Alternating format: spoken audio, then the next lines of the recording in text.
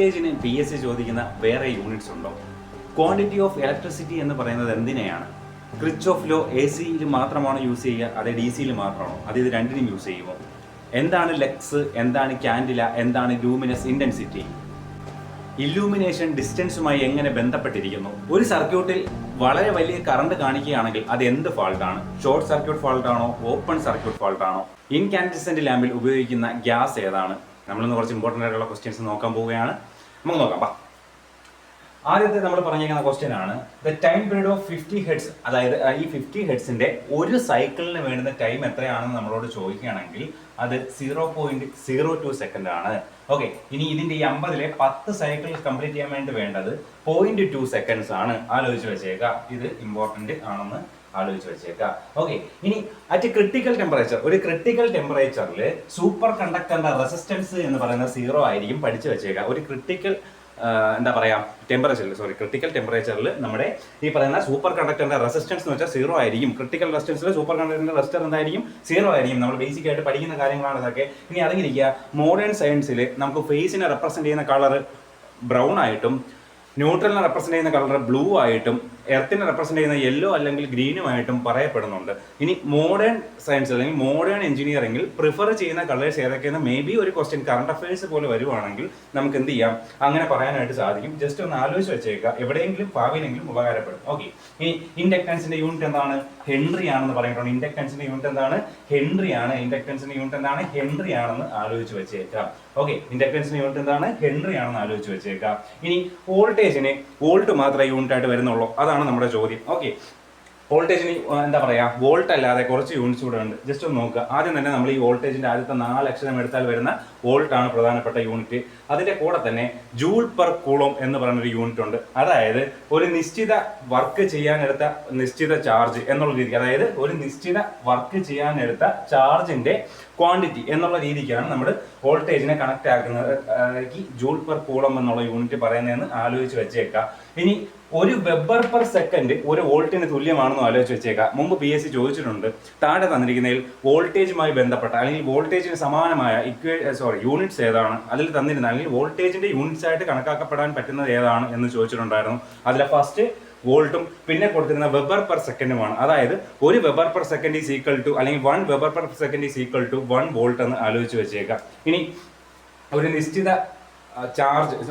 ചാർജിന് വേണ്ടിയിട്ടുള്ള വർക്ക്, അതിനെ നമുക്ക് എന്തെന്ന് പറയാം? വോൾട്ടേജ് എന്ന് പറയാം. അതുകൊണ്ട് ജൂൾ പെർ കൂളോമ്പും ഈ പറയുന്ന വെബർ പെർ സെക്കൻഡും വോൾട്ടും ഒക്കെ ഏകദേശം ഒരേപോലത്തെ ക്വാണ്ടിറ്റി ആണെന്നും ഇവന്മാര് സമാനമായ ക്വാണ്ടിറ്റി ഏത് എന്ന് ഒന്നിൽ കൂടുതൽ ഓപ്ഷൻ തന്നിട്ട് എടുക്കാനായിട്ട് 1ഉം 2ഉം ശരി, അല്ലെങ്കിൽ 1ഉം 3ഉം ശരി, 4ഉം 2ഉം ശരി, അങ്ങനെയൊക്കെയുള്ള രീതിക്ക് സ്റ്റേറ്റ്മെന്റ് ആയിട്ട് ഇപ്പോൾ ക്വസ്റ്റ്യൻസ് വരും. അപ്പോൾ തരാൻ ചാൻസ് ഉള്ള ഒരു ക്വസ്റ്റ്യൻ ആണ് ഈ വോൾട്ടേജിന് സമാനമായിട്ടുള്ള മറ്റ് യൂണിറ്റ് അല്ലെങ്കിൽ വോൾട്ടിന് സമാനമായിട്ടുള്ള മറ്റ് യൂണിറ്റ് ഏതാണ് എന്നുള്ള ചോദ്യം വരാൻ ചാൻസ് ഉണ്ടെന്ന് ആലോചിച്ച് വെച്ചേക്കാം. ഓക്കെ, ഇനി power factor of A pure resistive circuit എന്ന് പറയുന്നത് 1 അല്ലെങ്കിൽ യൂണിറ്റി ആയിരിക്കും. ഇതേപോലെ power factor of pure inductive circuit എന്ന് വെച്ചാൽ 0 ലാഗിങ് ആയിരിക്കും. എന്തായിരിക്കും? 0 ലാഗിങ് ആയിരിക്കും. ഓക്കെ, ഇനി സൈൻ വേവിന്റെ ഫോം ഫാക്ടർ എന്ന് പറയുന്നത്, നമ്മൾ ഒരു ഇലക്ട്രീഷ്യൻ പരീക്ഷയ്ക്ക് ഏറ്റവും ബേസിക് ആയിട്ട് ആവശ്യമായിട്ടുള്ള ക്വസ്റ്റ്യൻസ് ആണ് നമ്മൾ പറയുന്നത്. പറഞ്ഞ് നമ്മൾ അടുത്ത ലെവലിലോട്ട് കയറാൻ നമ്മൾ ട്രൈ ചെയ്യുന്നുണ്ട്. എല്ലാം മിക്സഡ് ആക്കിയാണ് പറയുന്നത്. ഇതിൻ്റെ അത് മാഗ്നറ്റിസം വരുന്നുണ്ട്, ഇല്ലൂമിനേഷൻ വരുന്നുണ്ട്, അങ്ങനെ ഒരുപാട് കാര്യങ്ങൾ മിക്സ് ചെയ്ത് ട്രാൻസ്ഫോമറിന്റെ ക്വസ്റ്റ്യൻസ് വരുന്നുണ്ട്. ഓക്കെ, ബേസിക് ഇലക്ട്രിക്കലിന്റെ ക്വസ്റ്റ്യൻസ് യൂണിറ്റ്സ് വരുന്നുണ്ട്, നമ്മളെ മീറ്റേഴ്സ് മെഷറിംഗ് ഇൻസ്ട്രുമെന്റ്സ് വരുന്നുണ്ട്. എല്ലാം മിക്സ് ചെയ്ത് നമുക്ക് മാക്സിമം പറയാൻ പറ്റുന്ന നമുക്ക് പറയുവാണ്. മാക്സിമം ക്ലാസ്സുകൾ റെഗുലറായിട്ട് തരാൻ നോക്കാം. ആഗസ്റ്റ് 1-ാം തീയതി തൊട്ട് റെഗുലറായിട്ട് തരാൻ നോക്കാം. കുറച്ച് തിരക്കുകളും കാര്യങ്ങളൊക്കെ ഉള്ളത് കൊണ്ടാണ് വൈകുന്നതെന്ന് ആലോചിച്ച് വെച്ചേക്കാം. ഓക്കെ, നോക്കാം. എപ്പോഴും ഒരു സർക്യൂട്ടിൽ അമ്മീറ്റർ സീരീസ് ആയിട്ടായിരിക്കും കാണിക്കുന്നത്. ഇത് പറഞ്ഞില്ല, ഫോം ഫാക്ടർ സൈൻ വേവിന്റെ ഫോം ഫാക്ടർ 1.11 ആണ്. എത്രയാണ്? 1.11 ആണ്. ചോദിക്കാൻ വളരെ സാധ്യതയുള്ള ക്വസ്റ്റ്യൻ ആണ്. ഇനി അമ്മീറ്റർ എപ്പോഴും സർക്യൂട്ടിന് സീരീസ് ആയിട്ടായിരിക്കും കണക്ട് ചെയ്തേക്കണമെങ്കിൽ വോൾട്ട് മീറ്റർ എങ്ങനെയായിരിക്കും? വോൾട്ട് മീറ്റർ പാരലൽ ആയിരിക്കും. വോൾട്ട് മീറ്റർ എന്തായിരിക്കും?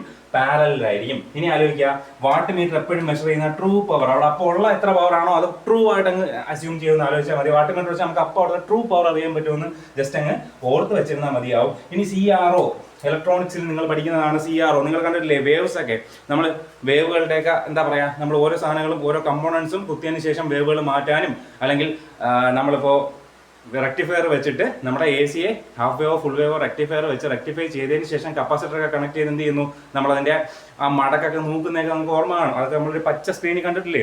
അതിനെയാണ് CRO എന്ന് പറയുന്നത്. അതിന്റെ full form cathode ray oscilloscope എന്നാണ്. CROയുടെ ഫുൾ ഫോം തന്നെ ഒരു എക്സാമിന് ക്വസ്റ്റ്യൻ ആയിട്ട് ചോദിച്ചിട്ടുണ്ട്. Cathode ray oscilloscope, cathode ray oscilloscope എന്നാണ്. ഈ CRO എന്താണ്? ഇലക്ട്രോൺ ബീമിന്റെ മൂവ്മെന്റ് വഴിയാണ് വർക്ക് ചെയ്യുന്നത്. CRO എങ്ങനെ വർക്ക് ചെയ്യുന്നു ക്വസ്റ്റ്യൻ ചോദിക്കും. CRO എങ്ങനെയാണ് വർക്ക് ചെയ്യുന്നത്? Movement of electron beam, electron ബീമിന്റെ മൂവ്മെന്റ്സ് പ്രകാരമാണ് വർക്ക് ചെയ്യുന്നതെന്ന് ആലോചിച്ച് വെച്ചേക്കുക. ഓക്കെ, അപ്പോൾ അത് കഴിഞ്ഞതിന് ശേഷം ഇനി അടുത്ത ക്വസ്റ്റ്യൻ ആയിട്ട് നമ്മൾ ജസ്റ്റ് എഴുതിയേക്കുന്നത് ഇത് പറയാം.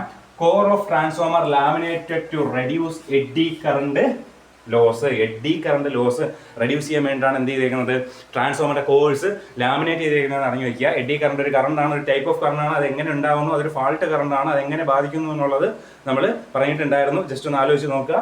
ഓക്കെ, ഇനി ഈ എഡ്ഡി കറണ്ട് ലോസ് കുറയ്ക്കാൻ വേണ്ടിയാണ് നമ്മൾ ട്രാൻസ്ഫോമറിന്റെ കോർ എന്ത് ചെയ്യുന്നത്, ലാമിനേറ്റ് ചെയ്യുന്നതെന്ന് ആലോചിച്ച് വെച്ചേക്കുക. അതേപോലെ ഒരു സർക്യൂട്ടിൽ ഫാൾട്ട് കറണ്ട് വരികയാണ്, കറണ്ട് അമിതമായി കൂടുവാണ്.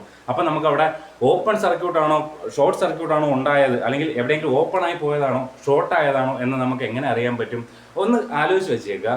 നമ്മൾ എവിടെയെങ്കിലും ഷോർട്ട് ആവുകയാണെങ്കിൽ അവിടുത്തെ കറണ്ട് ഭയങ്കരമായിട്ടും ഇൻക്രീസ് ചെയ്യും. കറണ്ട് എന്താവും? ഭയങ്കരമായിട്ട് ഇൻക്രീസ് ചെയ്യും. ഞാൻ ഇതിനൊരു എക്സാമ്പിൾ പറഞ്ഞുതരാം. ജസ്റ്റ് ഒരു ബൾബ് സങ്കല്പിക്കാം, ജസ്റ്റ് ഒരു ബൾബ്. ഓക്കെ, നമ്മൾ സാധാ ഒരു ലോഡും കൊടുക്കാത്ത ഒരു ലോഡിൽ കറണ്ട് അമ്മീറ്ററിന്റെ റീഡിംഗ് എന്ന് പറയുന്നത് വളരെ കുറവായിരിക്കും, അല്ലെങ്കിൽ എന്താണ് ഏകദേശം 0 ആയിരിക്കും. ഓക്കെ, ഇനി നമ്മൾ ബൾബ് ഇടുന്നതിനനുസരിച്ച് അമ്മീറ്ററിന്റെ റീഡിംഗ് കൂടി വരും. അപ്പോൾ ഒന്ന് ആലോചിച്ച് നോക്കിയേ, അമ്മീറ്ററിന്റെ റീഡിംഗ് കൂടുന്നെങ്കിൽ അവിടെ ലോഡ് എന്ത് ചെയ്യും, കൂട്ടി കൊടുക്കണം. ഇനി ഒന്ന് ആലോചിക്കുക, ഈ അമ്മീറ്റർ റീഡ് ചെയ്യുന്ന ആ ലോഡിൽ നമ്മൾ ഫേസ് ന്യൂട്രൽ ഒരുമിച്ച് കൊണ്ട് ഷോർട്ട് ചെയ്ത് വെച്ചേക്കുന്ന പോലെ തന്നെ അല്ലേ? ജസ്റ്റ് ഒന്ന് ആലോചിക്കാൻ വേണ്ടി പറഞ്ഞതാണ്, കണക്ട് ചെയ്യാൻ വേണ്ടി പറഞ്ഞതാണ്. അപ്പോൾ നമ്മൾ എവിടെയെങ്കിലും ഷോർട്ട് ചെയ്താൽ അവിടുത്തെ കറണ്ട് കൂടുമെന്ന് ആലോചിക്കുക. അപ്പോൾ പെട്ടെന്ന് ഒരു സർക്യൂട്ടിലെ കറണ്ട് ഇൻക്രീസ് ചെയ്യുന്നു, അത് എന്ത് ഫാൾട്ട് ആയിരിക്കും? മേ ബി എവിടെ ഷോർട്ട് സർക്യൂട്ട് ഉണ്ടായതാണ്, അല്ലെങ്കിൽ ഷോർട്ട് സർക്യൂട്ട് ഫാൾട്ട് ആയിരിക്കും എന്ന് അറിഞ്ഞിരിക്കുക. അപ്പോൾ ഷോർട്ട് സർക്യൂട്ട് ആയിരിക്കും അവിടെ പെട്ടെന്ന് ഒരു സർക്യൂട്ടിലേക്ക് കറണ്ട് അമിതമായിട്ട് വരുന്നു എന്നുണ്ടെങ്കിൽ അവിടെ വരുന്നതെന്ന് ജസ്റ്റ് ഒന്ന് അറിഞ്ഞിരിക്കുക. ഇനി ബക്ക്വേർഡ്സ് റിലേ എന്ന് പറഞ്ഞ റിലേ നമുക്ക് കാണപ്പെടുന്നത് എവിടെയാണെന്ന് ചോദിക്കും. ട്രാൻസ്ഫോമറിലാണ്. ട്രാൻസ്ഫോമറിൽ കാണപ്പെടുന്ന പ്രധാനപ്പെട്ട റിലേ ആണ് ഈ സാധനം, ബക്ക്വേർഡ്സ് റിലേ. ഇനി ഒന്ന് ആലോചിക്കുക, മെയിൻ ടാങ്കിനെയും കൺസർവേറ്റീവ് ടാങ്കിനെയും വേർതിരിക്കാൻ വേണ്ടി ഉപയോഗിക്കുന്ന റിലേ ഏതെന്ന് ചോദിച്ചാലും അത് ബക്ക്വേർഡ്സ് റിലേ ആണെന്ന് ആലോചിച്ച് വെച്ചേക്കാം.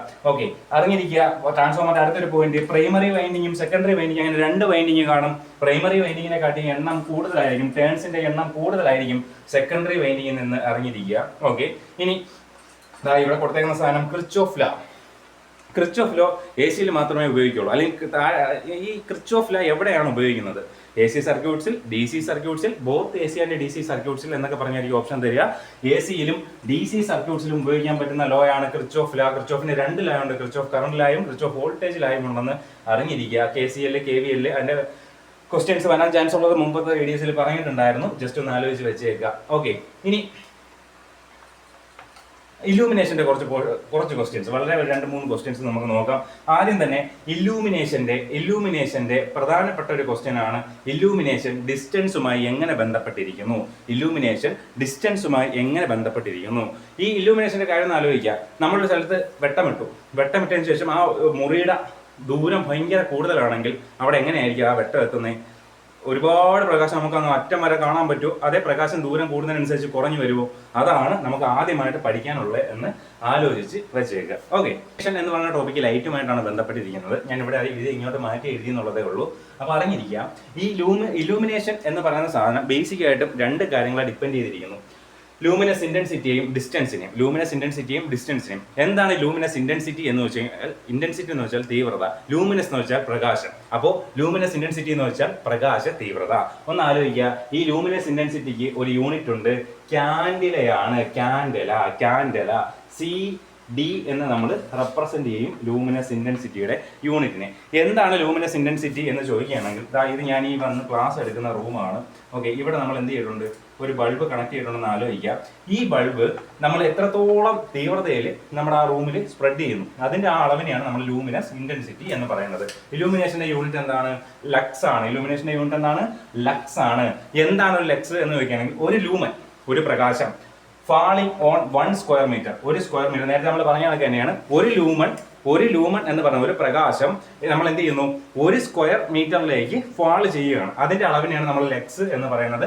ലക്സ് ഇലൂമിനേഷന്റെ യൂണിറ്റ് ആണ് എന്ന് ആലോചിച്ച് വെച്ചേക്കാം. ലക്സ്. ഓക്കെ, ഇലൂമിനേഷന്റെ യൂണിറ്റ് എന്താണെന്ന് ചോദിക്കും. ലക്സ്. ലൂമിനസ് ഇന്റൻസിറ്റിയുടെ യൂണിറ്റ് എന്താണെന്ന് ചോദിക്കും. Candela, CD, candela. ഒന്ന് ആലോചിക്കുക. ഈ ഇലൂമിനേഷന്റെ ഇക്വേഷൻ ആണ് ലൂമിനസ് ഇന്റൻസിറ്റി ബൈ ഡിസ്റ്റൻസിന്റെ സ്ക്വയർ, ലൂമിനസ് ഇന്റൻസിറ്റി ബൈ ഡിസ്റ്റൻസിന്റെ സ്ക്വയർ എന്ന് ആലോചിച്ച് വെച്ചേക്കുക. ഇനി നമ്മുടെ നൈട്രജൻ നമ്മുടെ ഇൻകാൻഡസെന്റ് ലാമ്പിന്റെ അകത്ത് ഫില്ല് ചെയ്യുന്ന അലസവാതകം ഏത് അല്ലെങ്കിൽ ഇനേർട്ട് ഗ്യാസ് ഏത് എന്ന് ചോദിക്കുകയാണെങ്കിൽ ഏതാണ്?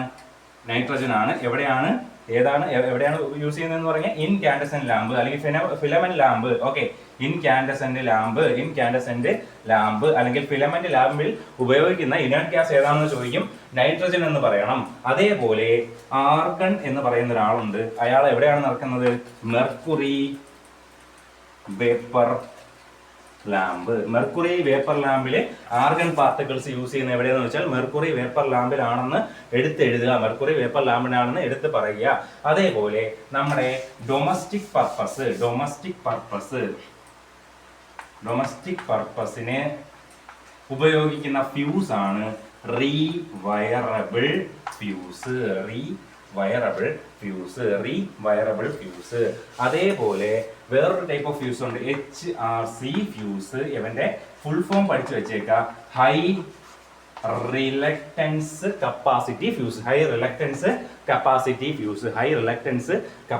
ഫ്യൂസ്. ഈ കാര്യം അറിഞ്ഞിരിക്കുക. ഇത്രയും കാര്യങ്ങൾ ബേസിക് ആയിട്ട് ഇന്നത്തെ സെഷനിൽ അറിഞ്ഞിരിക്കുക. ഒരു ക്വസ്റ്റ്യൻ കൂടെ തരാം, ആ ക്വസ്റ്റ്യൻ എക്സ്പ്ലെയിൻ ചെയ്യാം, പരിപാടി നിർത്താം. ഓക്കെ, ഇതിനെ കൂടെ 2-3 പോയിന്റ്സ് കൂടെ നമുക്ക് ജസ്റ്റ് ഒന്ന് പറയാം, അറിഞ്ഞിരിക്കുക. ഇവിടെ നമുക്ക് എന്തുണ്ട്? ഇലക്ട്രിക് സർക്യൂട്ട്സ് ഉണ്ട് അല്ലേ? Electric circuit. അതേപോലെ തന്നെ മാഗ്നറ്റിക് സർക്യൂട്ടും ഉണ്ട്. ജസ്റ്റ് ഒന്ന് കമ്പയർ ചെയ്ത് പഠിച്ചോ. ഇലക്ട്രിക് സർക്യൂട്ടിനെ കറണ്ടിനെതിരായിട്ടുള്ള അല്ലെങ്കിൽ ഫ്ലോ ഓഫ് ഇലക്ട്രോൺസിനെതിരായിട്ടുള്ള പ്രതിരോധത്തിനെ നമ്മൾ പറയുന്ന പേര് റെസിസ്റ്റൻസ് എന്നാണ്. എന്നാൽ അതിന്റെ റെസിപ്രോക്കൽ ആയിട്ടുള്ള, അതിന് വിപരീതമായിട്ടുള്ള കറണ്ടിനെ വഹിക്കാനുള്ള ശേഷിയെ നമ്മൾ പറയുന്നത് കണ്ടക്ടൻസ് എന്നാണ്. ഓക്കെ, ഒരു സെക്കൻഡ്. ഓക്കെ, റെസിസ്റ്റൻസ് അതിന്റെ ഓപ്പോസിറ്റ് ആണ് കണ്ടക്ടൻസ് എന്ന് പറയുന്നത്. അതേപോലെ തന്നെ നമ്മുടെ മാഗ്നറ്റിക് സർക്യൂട്ടില് ഇതേപോലെ മാഗ്നറ്റിക് ഫ്ലോയെ തടയുന്ന, റെസിസ്റ്റ് ചെയ്യുന്ന ആ പ്രതിരോധത്തെ നമ്മൾ പറയുന്നത് റിലക്റ്റൻസ് എന്നാണ്. ഇവിടെ കണ്ടക്ടിവിറ്റി ഉണ്ടെങ്കിൽ അതുപോലെ ആ മാഗ്നറ്റിക് മോട്ടീവ് ഫോഴ്സിനെ മൂലമുണ്ടാവുന്ന മാഗ്നറ്റിക് ഫ്ലോയെ കടത്തി വിടുന്നതിന് പെർമിറ്റ് കൊടുത്ത് വിടുക എന്ന് ആലോചിച്ചത് പെർമിയൻസ് എന്നാണ് പറയുന്നത്. നമ്മുടെ മാഗ്നറ്റിക് ഫ്ലോയെ റെസിസ്റ്റ് ചെയ്യുന്ന ആ ഒരു ടേം എന്താണെന്ന് ചോദിക്കുകയാണെങ്കിൽ റിലക്റ്റൻസ് ആണ്. ചോദിച്ചിട്ടുണ്ട്, ആലോചിച്ച് വെച്ചേക്കുക. Okay, ampere turns per weber ആണ് ഇവന്റെ unit. Ampere turns per weber ആണ് ഇവന്റെ യൂണിറ്റ് എന്ന് ആലോചിച്ച് വെച്ചേക്കുക. വെബർ എന്തിന്റെ യൂണിറ്റ് ആണ്? ടെസ്ല എന്തിന്റെ യൂണിറ്റ് ആണ് എന്നുള്ള കാര്യം, വെബർ പെർ സെക്കൻഡ് എന്തിന്റെ യൂണിറ്റ് ആണ് എന്നുള്ള കാര്യങ്ങളൊക്കെ നേരത്തെ പറഞ്ഞു തന്നിട്ടുണ്ടായിരുന്നു. അതൊക്കെ ഒന്ന് പ്രീവിയസ് ആയിട്ട് ജസ്റ്റ് ഒന്ന് പോയി നോക്കുന്നത് നല്ലതായിരിക്കും. ഇതൊക്കെ തന്നെയാണ് നിങ്ങൾക്ക് യൂണിറ്റിന്റെ സെക്ഷൻസിൽ നിന്നൊക്കെ വരാൻ പറ്റുന്ന ഏകദേശം എല്ലാ കാര്യങ്ങളും നമ്മൾ പറഞ്ഞിട്ടുണ്ട്. അതൊക്കെ ജസ്റ്റ് ഒന്ന് നോക്കി വെച്ചേക്കാം, നല്ലതായിരിക്കും. ഓക്കെ, ഇനി ഒരു ക്വസ്റ്റ്യൻ നോക്കിക്കോളുക. ജസ്റ്റ് ഒരു ക്വസ്റ്റ്യൻ നോക്കുക. നേരത്തെ നമ്മൾ പറഞ്ഞ ഇക്വേഷൻ വെച്ച് ചെയ്യാനുള്ള ക്വസ്റ്റ്യൻ ആണ്. നമ്മളെ ഇല്ലൂമിനേഷൻ കണ്ടുപിടിക്കാൻ വേണ്ടിയിട്ടാണ് പറഞ്ഞേക്കുന്നത്. ഒരു ലാമ്പുണ്ട്. ഈ ലാമ്പ് എന്ത് ചെയ്യുന്നു? 600 ക്യാൻഡില എന്ന് പറയുന്ന രീതിക്ക് ലൂമിനസ് ഇന്റൻസിറ്റി, ക്യാൻഡില എന്ന് കാണുമ്പോൾ അറിയണം ഇത് ലൂമിനസ് ഇന്റൻസിറ്റി ആണ് ഡിനോട്ട് ചെയ്യുന്നത്. യൂണിഫോമിലി, ഈ വാക്കിന് ഭയങ്കര പ്രത്യേകതയുണ്ട്. യൂണിഫോമിൽ വെച്ചാൽ എല്ലായിടത്തും ഒരേപോലെ കൊടുക്കുക. ഈ ഒരു റൂം ഉണ്ടെങ്കിൽ ഈ റൂമിൽ മൊത്തം ഒരേപോലെ എന്ത് ചെയ്യുന്നു? 600 ക്യാൻഡില ഇന്റൻസിറ്റി പ്രൊവൈഡ് ചെയ്യുന്നുണ്ട് എന്നാണ് ആലോചിക്കുക. ഓക്കെ, ഇനി 5 മീറ്റർ ആണ് ഈ ബൾബിന്റെ എന്തെന്ന് പറയുന്നത് താഴേക്കുള്ള, അതായത് നമ്മുടെ ബേസിലേക്കുള്ള അല്ലെങ്കിൽ ഒബ്ജക്റ്റിലേക്കുള്ള ഡയറക്റ്റ് ആയിട്ടുള്ള ഡിസ്റ്റൻസ് എന്ന് പറയുന്നത് 5 മീറ്റർ ആണ്. അങ്ങനെയാണെങ്കിൽ അവിടുത്തെ ഇല്ലൂമിനേഷൻ എത്രയാണ് എന്നാണ് ക്വസ്റ്റ്യൻ. ഓക്കെ, സിമ്പിൾ ആയിട്ട് പറയാം. അതായത് ഇല്ലൂമിനേഷൻ കണ്ടുപിടിക്കാൻ പോവുകയാണ്. ഓക്കെ, ഈ ഇല്ലൂമിനേഷൻ കണ്ടുപിടിക്കാൻ പോകുമ്പോഴത്തേക്ക് ജസ്റ്റ് ആലോചിക്കുക. ഇക്വേഷൻ എന്ന് പറയുന്നത് എന്താണ്? ലൂമിനസ് ഇന്റൻസിറ്റിയെ ബൈ ഡിസ്റ്റൻസിന്റെ സ്ക്വയർ. അപ്പൊ ആലോചിക്കുക, E = I എന്ന് പറയുന്ന ലൂമിനസ് ഇന്റൻസിറ്റി അല്ലേ? 600 ആണ് ഡിവൈഡഡ് ബൈ ഡിസ്റ്റൻസ് എന്ന് പറയുന്നത് ഡയറക്ട്ലി എത്രയാണ്? 5 മീറ്റർ ആണ്. അപ്പോ 5ന്റെ സ്ക്വയർ. ഈ സാധനം കിട്ടുന്നത് ലക്സിലാണെന്ന് ആലോചിച്ച് വെച്ച്. 5ന്റെ സ്ക്വയർ എങ്ങനെ ചെയ്യും? 5ന്റെ സ്ക്വയർ എത്രയാണ്? 5ന്റെ സ്ക്വയർ 25 ആണ്. അപ്പൊ 600 ഡിവൈഡഡ് ബൈ 25, ആൻസർ 24 എന്ന് കിട്ടും. ആൻസർ 24 എന്ന് കിട്ടും. ആലോചിച്ച് വെച്ചേക്കാം, ആൻസർ 24 എന്ന് കിട്ടും. എങ്ങനെയാണ് ചെയ്യുന്നതെന്ന് ജസ്റ്റ് ഒന്ന് പ്രിവെന്റ് അടിച്ച് ജസ്റ്റ് ഒന്ന് കണ്ടു നോക്കുക, അല്ലെങ്കിൽ എന്നിട്ട് ഒന്നുകൂടെ പേപ്പർ എഴുതുക. അതായത് ഈ വാല്യൂ മാറ്റി ചെയ്ത് പ്രാക്ടീസ് ആവുക. ഇത് എപ്പോഴും ചോദിക്കാറുള്ള ഒരു സ്ഥിരം മോഡൽ ക്വസ്റ്റ്യൻ ആണെന്ന് ആലോചിച്ച് വെച്ചേക്കുക. ഇനി ഒരു കാര്യം കൂടെ പറഞ്ഞ് നമുക്ക് ഇവിടെ ഇന്നത്തെ പരിപാടി നിർത്താം. നമ്മുടെ ബേസിൽ നിന്നും വാളിലേക്ക് സ്വിച്ച് ബോർഡ് ഫിറ്റ് ചെയ്യാനുള്ള ഡിസ്റ്റൻസ് എന്ന് പറയുന്നത് 1.5 മീറ്റർ ആണ്. 1.5 മീറ്റർ ആണ്. ഇതിവിടെ ജസ്റ്റ് ഒന്ന് അറിഞ്ഞിരിക്കുക. സ്വിച്ച് കണക്ട് ചെയ്യാനുള്ള ബേസിൽ നിന്ന് അല്ലെങ്കിൽ ഫ്ലോറിൽ നിന്ന് എത്ര മീറ്റർ മുകളിലേക്കാണ് എന്നുള്ള ക്ലിയറൻസ് ചോദിക്കുകയാണെങ്കിൽ ഈ റൂള് പ്രകാരം ചോദിക്കുകയാണെങ്കിൽ 1.5 മീറ്റർ ആണെന്ന് അറിഞ്ഞിരിക്കുക. ഓക്കെ, അപ്പോൾ എല്ലാവരും നല്ലോണം പഠിക്കുക. ഇനി കുറച്ച് ദിവസമേ ഉള്ളൂ, ഏകദേശം 30-35 ദിവസം കിട്ടി. അപ്പോൾ നല്ലോണം പഠിക്കുക. ഓണമുണ്ട്, ഇതിൻ്റെ ഇടയ്ക്ക് ഒരുപാട് ഫങ്ഷൻസ് വരുന്നുണ്ട്, ഒരുപാട് കാര്യങ്ങൾ വരുന്നുണ്ട്. എല്ലാവർക്കും തിരക്കുള്ള കാര്യങ്ങളാണ്. മാക്സിമം കിട്ടുന്ന എല്ലാ സോഴ്സസും, ഇപ്പോൾ ഈ ഒരു ക്ലാസ് ഇതിനെക്കാട്ടിയും ബെറ്റർ ആയിട്ടുള്ള വേറെ ഒരുപാട് ക്ലാസ്സസ് ഉണ്ട്. എല്ലാം കാണുക, നല്ലോണം പഠിക്കുക. നമ്മളിതൊക്കെ ജസ്റ്റ് തുടങ്ങി സ്റ്റെപ്പ് ബൈ സ്റ്റെപ്പായിട്ട് മുകളിലോട്ട് പോവുകയാണ്. ഒരുവിധം വ്യൂസൊക്കെ കൂടുന്നുണ്ട്. അതിന് എന്താ പറയുക, നല്ല സാറ്റിസ്ഫാക്ഷൻ ഉണ്ട്. പക്ഷേ ടൈം കിട്ടാത്തതുകൊണ്ട് മാത്രമാണ് വീഡിയോസ് റെഗുലറായിട്ട് ഇടാൻ പറ്റാത്തത്. ഇനി അങ്ങോട്ട് ആഗസ്റ്റ് തൊട്ട് മാക്സിമം ഒരുപാട് ഇടാനായിട്ട് ശ്രമിക്കാം. മാക്സിമം ക്വസ്റ്റ്യൻസ് എല്ലാം ഉൾപ്പെടുത്താനായിട്ട് ശ്രമിക്കുന്നുണ്ട്. ഓക്കെ, ഇനി അതേപോലെ തന്നെ പോളിടെക്നിക്കൊക്കെ ഉള്ളവർക്ക് എന്ത് ചെയ്യാം, വർക്ക്ഷോപ്പ് ഡെമോൺസ്ട്രേറ്റർ വിളിച്ചിട്ടുണ്ട്. വർക്ക്ഷോപ്പ് ഡെമോൺസ്ട്രേറ്റർ പോളിടെക്നിക്കിലേക്കുള്ള, അതൊക്കെ എല്ലാവരും അപ്ലൈ ചെയ്യുക. നല്ല പരീക്ഷയാണ്, നല്ല ജോലിയാണ്. ഞാൻ ഗസ്റ്റായിട്ട് ചെയ്തിട്ടുള്ള ജോലിയാണ്. അത്യാവശ്യം നല്ല രസകരമായിട്ട് സർക്യൂട്ടൊക്കെ ചെയ്യാനും വെരിഫൈ ചെയ്യാനും കുട്ടികളെ പഠിപ്പിക്കാനും ഇൻട്രാക്ട് ചെയ്യാനും ഒക്കെ നല്ലോണം പറ്റുന്ന ഒരു സെഷൻ ആയിരിക്കും. നല്ലൊരു പൊസിഷൻ ആയിരിക്കും. നല്ല പാക്കേജാണ്, സാലറി സ്കെയിലാണ്. അപ്പം ആ ഒരു ക്വാളിഫിക്കേഷനൊക്കെ ഉള്ളവർ മാക്സിമം അതിലേക്ക് ശ്രമിക്കുക. കാരണം ഈ വർക്കർ പരീക്ഷയ്ക്ക് എന്ത് ചെയ്യാം, ITI പ്ലസ് ഡിപ്ലോമ ഉള്ളവർക്ക്, ITIയും കൂടിയുള്ള ഡിപ്ലോമക്കാർക്കും ഫേസ് ചെയ്യാൻ പറ്റുന്ന പരീക്ഷയാണ്. അപ്പോൾ അങ്ങനെ പഠിക്കുന്നവർ ITI കഴിഞ്ഞിട്ട് ഡിപ്ലോമ പഠിക്കുന്ന വെച്ചാൽ അത്രയും തല്ലുള്ള ആൾക്കാരും ഇവിടെ നിന്ന് പഠിക്കുന്നുണ്ട്. നല്ലോണം ട്രൈ ചെയ്തോ. അപ്പോൾ എല്ലാവർക്കും പരീക്ഷ പാസ്സാവാനുള്ള അവസരം വരട്ടെ. ബൈ.